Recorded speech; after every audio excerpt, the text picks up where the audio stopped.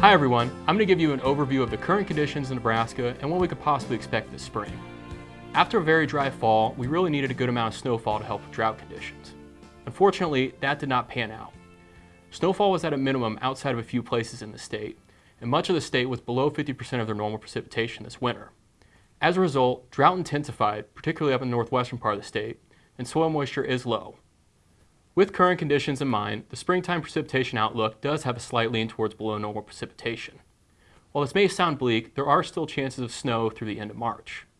With there still being the possibility of snow, chances for severe weather will likely be limited until mid to late April. With the current conditions and the outlook, thinking of those two, drought will likely persist this spring and into early summer.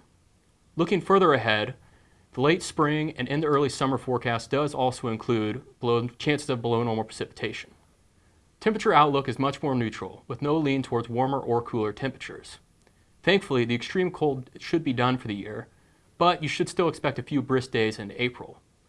Looking further out, there are chances of above normal temperatures in the late spring and early summer. Combined with the below normal precipitation, this does not look good for the drought situation. And that's the springtime forecast. If you'd like to see weekly weather forecasts, tune in to Backyard Farmer on Nebraska Public Media starting on Thursdays in April.